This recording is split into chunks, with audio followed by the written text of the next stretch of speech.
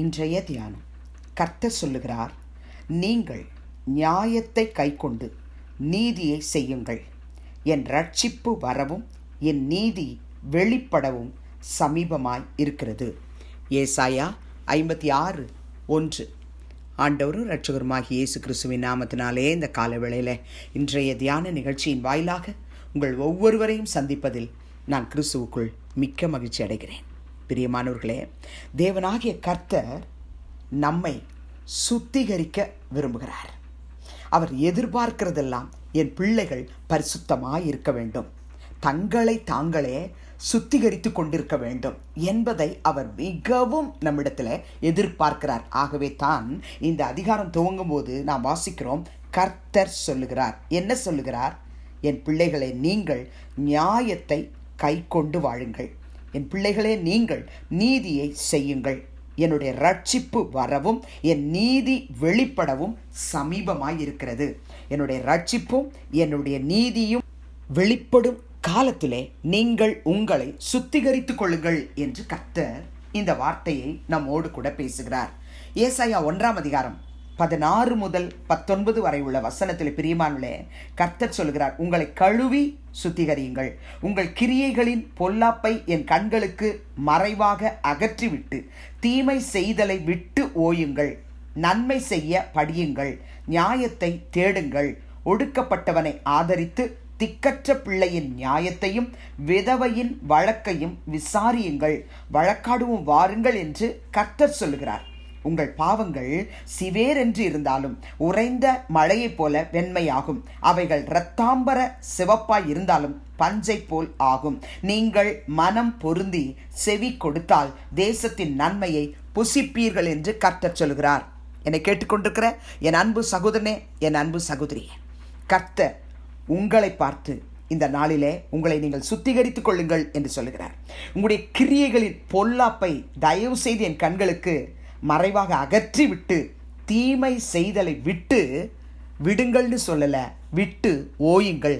தயவுசெய்து நிறுத்துறீங்களான்னு கேட்கிறார். அது மாத்திரமல்ல, சுத்திகரித்துக் கொள்ளுகிற ஒவ்வொரு கர்த்தருடைய பிள்ளையும் எதை கற்றுக்கொள்ள வேண்டும்? நன்மை செய்ய படிக்க வேண்டும். நன்மைனா என்ன? நியாயத்தை தேடணும். ஒடுக்கப்பட்டு இருக்கிற மக்களுக்கு நம்ம ஆதரவு தெரிவிக்கணும். திக்கற்ற பிள்ளையின் நியாயத்தை, விதவைய வழக்க விசாரிக்கணும். இந்த டிசம்பர் மாதத்திலே கிறிஸ்து பிறப்பின் நாளை நாம் சந்தோஷமாய் கொண்டாட போகிறோம், நினைவு கூற போகிறோம்.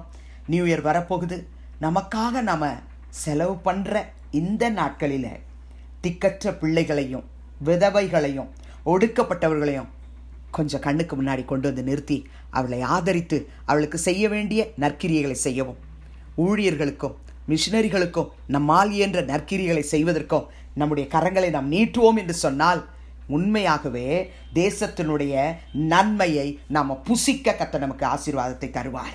அது மாத்திரமல்ல பிரியமானவர்களே, நம்முடைய பாவங்கள் ஒருவேளை சிவேரென்று இருந்தாலும் உறைந்த மழையை போல வெண்மையாக்குகிற கர்த்தர், நம்முடைய பாவங்கள் இரத்தாம்பர சிவப்பாய் இருந்தாலும் அதை பஞ்ச போலாக்குகிற கர்த்தர் இந்த நாளில் உங்களை நீங்கள் சுத்தம் பண்ணிக்கோங்க. உங்களை கழுவி சுத்திகரிக்க உங்களை ஒப்பு கொடுங்க. உங்கள் இருதயத்தை முழுவதுமாய் கழுவி சுத்திகரித்துக் கொள்வதற்கு என் சமூகத்துக்கு வாங்கன்னு சொல்லி ஒரு அழைப்பு கொடுக்கிறார். நம்ம அவருடைய சமூகத்துக்கு கடந்து செல்லணும். பிரியமானவர்களே, நினைவால சொல்லால ஆண்டவருக்கு விருப்பமில்லாத என்ன காரியத்தை செய்திருந்தாலும் சரி, அது பெரிய பாவமாக இருந்தாலும் சரி, சின்ன பாவமாக இருந்தாலும் சரி, ஏசப்பா என்னை உம்முடைய ரத்தத்தால் கழுவுங்க, தயவு செய்து என்னை கழுவுங்கப்பா, என்னை பரிசுத்தப்படுத்துங்க என்று சொல்லி இருக்கிற இடத்துல கண்களை மூடி நாம் செபிக்கலாமா? பரலோக பிதாவே, இயேசு கிறிஸ்துவின் நாமத்தில் உடைய சமூகத்துக்கு நாங்கள் வருகிறோம். எங்கள் கர்த்தர், நீர் எங்களை சுத்திகரிக்கும்படிக்கு இந்த நாளிலே நீர் எங்கள் பக்கத்திலே வந்திருக்கிறதுக்காய் ஸ்தோத்திரம். உடைய இரத்தத்தால் ஒரு விசை என்னையும் எங்களையும் கழுவி சுத்திகரியும் அப்பா. எங்கள் பாவங்கள் உமக்கு முன்பாக மறைவாய் இருக்கவில்லைப்பா, எல்லாம் வெளியரங்கமாய் இருக்கிறது ராஜா. சிவேரென்று காணப்பட்டாலும் கர்த்தாவே, அதை கர்த்தர் நீர் பனி போல உறைந்த மழையை போல மாற்றி பரிசுத்தப்படுத்தி எங்களை ஆசீர்வதிக்க வேண்டுமாய் ஜெபிக்கிறோம். நன்மை செய்ய எங்களுக்கு கற்றுத்தாரும் அப்பா. ஒடுக்கப்பட்டவர்களை நாங்கள் ஆண்டவரை ஆதரிக்கும்படிக்கு கர்த்தர் எங்களுக்கு உதவி செய்ய வேணுமாய் நாங்கள் ஜெபிக்கிறையா. ஏழை எளிய மக்களுக்கு எங்களால் இயன்ற நற்கிரியைகளை செய்வதற்கு எங்களுக்கு நீர் உதவி செய்ய வேணுமாய் ஜெபிக்கிற ஆண்டவரே.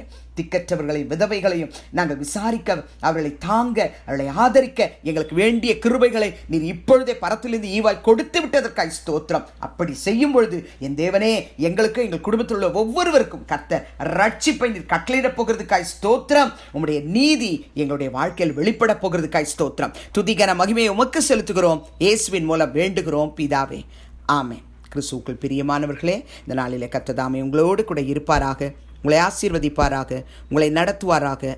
ஆமென்.